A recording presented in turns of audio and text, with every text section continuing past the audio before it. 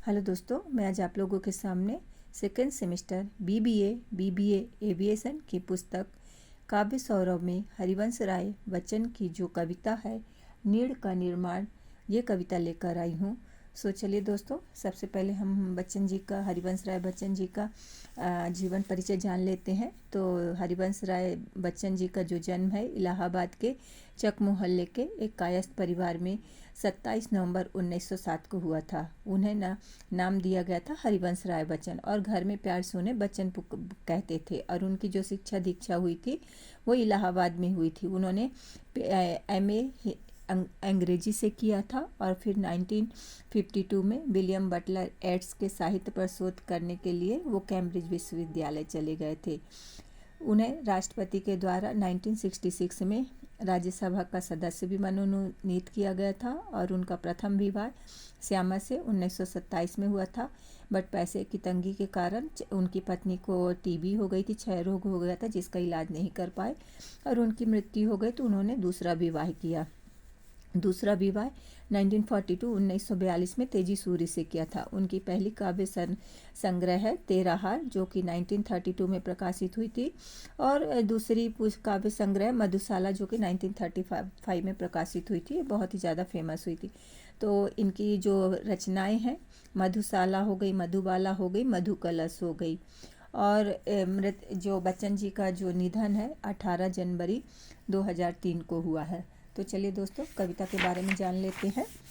तो कविता है, नीड़ का निर्माण फिर नेह का आवाहन फिर वह उठी आंधी की नभ में छा गया सहसा अंधेरा। धूल धूसर बादलों ने भूमि को इस भांति घेरा। रात सा दिन हो गया फिर रात आई और काली, लग रहा था अब न होगा इस निशा का फिर सवेरा। रात के उत्पात भय से भीत जन भीत कणकण, किंतु प्राची से उषा की मोहिनी मुस्कान फिर नीड़ का निर्माण फिर नेह का आवाहन फिर। सो यहाँ पे कवि हमें बताना चाहते हैं नीड़ का निर्माण का मतलब है कि फिर से आवास या घोंसले का निर्माण है।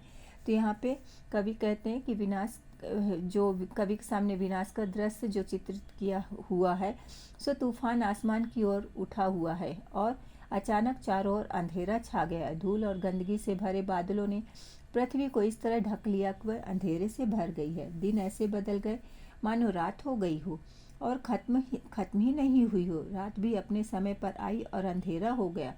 अंधेरे की सघनता के कारण ऐसा लग रहा है कि अब सवेरा नहीं होगा। इस कभी ना खत्म होने वाली रात का कोई सवेरा ही नहीं होगा। रात में आए तूफान ने जो तबाही मचाई उससे हर कोई डरा हुआ है।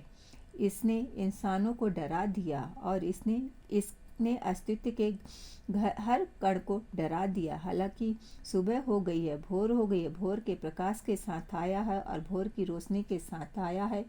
एक नई सुखद मुस्कान की तरह लग रहा है।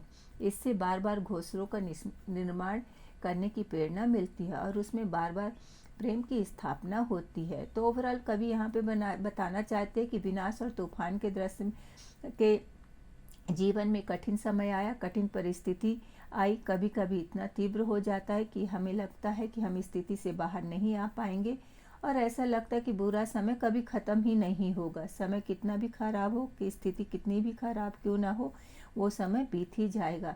इसलिए हमें पॉजिटिव थिंकिंग रखनी है। यदि आंधी में किसी चिड़िया का घोंसला टूट जाता है तो वह आंधी के टल जाने पर उसमें फिर से बनाना नहीं छोड़ती। उसी पक्षी की तरह बनो, जीवन में परिस्थितियाँ आती जाती रहती, सपने टूटते रहते हैं। हालांकि इसे आपको बार बार बनाने की करने की आवश्यकता है।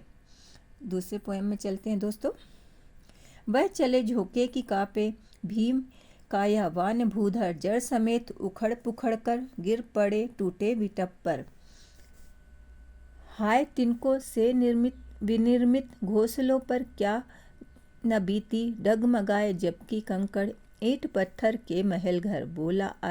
बोल आशा के विहंग किस जगह पर तू छिपा था, जो गगन पर चढ़ उठाता गर्व से निज तान फिर नीड़ का निर्माण फिर नेह का आवाहन फिर।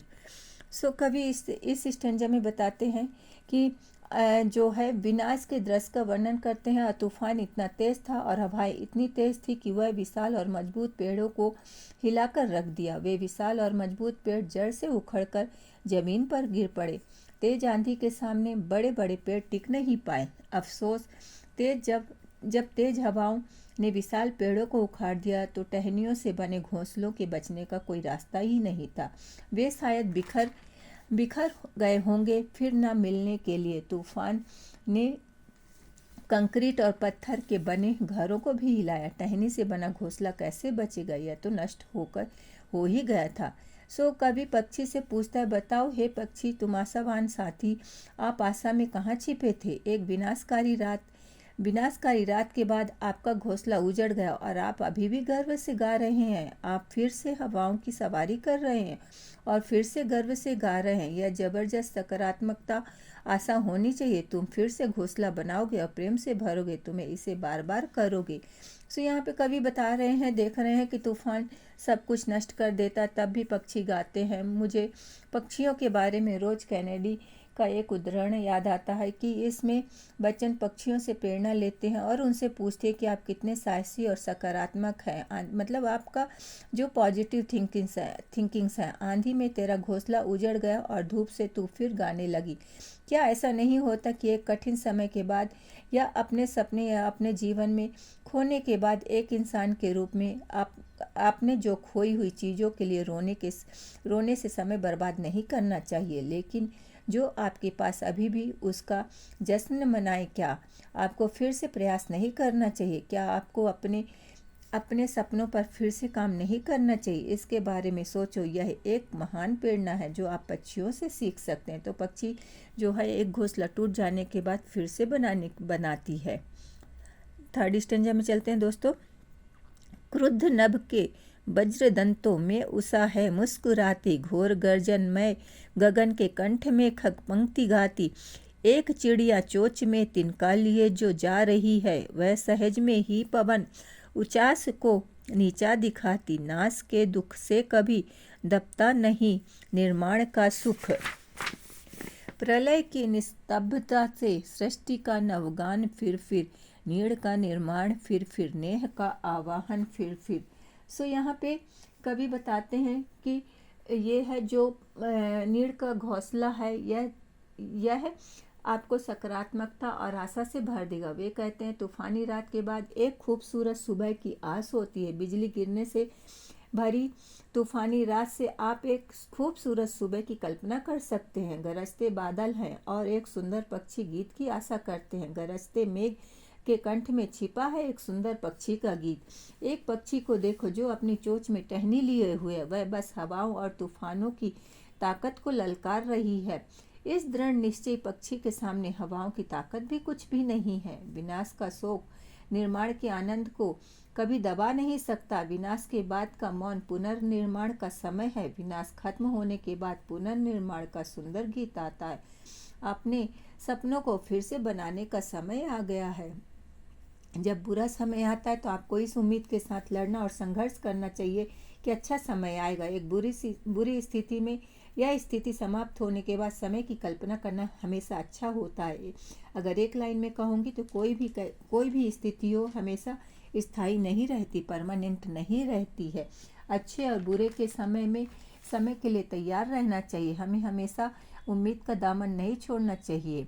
कल्पना कीजिए कि आप बुरे समय से गुजर रहे हैं और आपको हमेशा लगता है कि सब कुछ खत्म हो जाएगा। यदि आप आशा को खो देते हैं तो आप सब कुछ खो देती है। यही है कि यदि आप कल्पना करते तो बुरा समय बीत जाने के बाद आप इसका आनंद ले लेंगे। हमें एक छोटी चिड़िया से सीख लेनी चाहिए कि सब कुछ नष्ट हो जाने के बाद भी वह अभी भी अपना घोंसला बनाने के लिए एक टहनी उठा रही है। यदि वह चिंता करती तो अगले तूफान में घोंसला फिर से नहीं बनाती। वह ये सोचती कि मेरा घोंसला फिर से नष्ट हो जाएगा तो घोंसला नहीं बनाती।